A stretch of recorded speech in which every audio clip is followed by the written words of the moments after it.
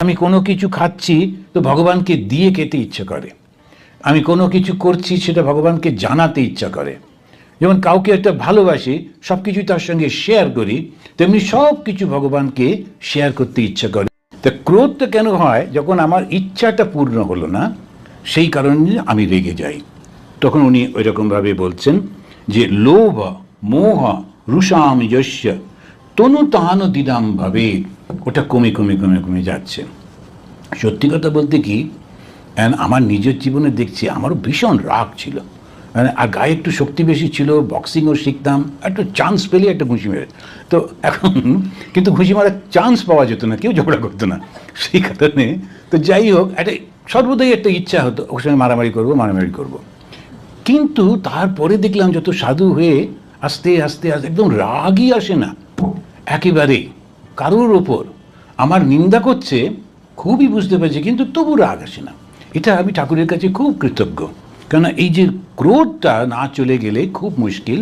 আর ক্রোধ চলে গেছে মানে প্রভুর কৃপায় খানিকটা লোভ আর মোহটাও গেছে, মানে অনেকটা, কিন্তু পুরোটা যায়নি।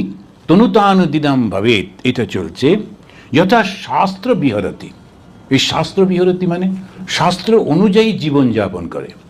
তো শাস্ত্র কি বলে যে সন্ন্যাসীর এক ধরনের জীবন হবে, ত্যাগের জীবন, এটা হচ্ছে শাস্ত্র নির্দেশ।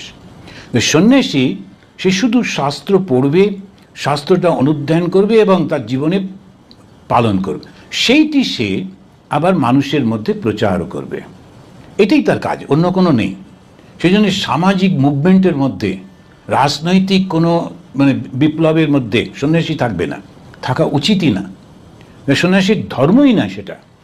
আমরা ভুল করে ফেলি, বিশেষ করে বাঙালিরা, যে বঙ্কিমচন্দ্র চট্টোপাধ্যায়ের যে নাটক আছে সেখানে সন্ন্যাসী সম্প্রদায়ে তারা দল বেঁধেছে, কেননা মুসলিমদের বিরুদ্ধে যুদ্ধ করতে হবে সে এটা আগে, এবং খ্রিস্টানদের বিরুদ্ধে যুদ্ধ করতে হবে। ওরা মোটেই সন্ন্যাসী ছিল না, ওরা ছিল যে কপাল কুণ্ডলা ইত্যাদি ইত্যাদি যে গল্পগুলো।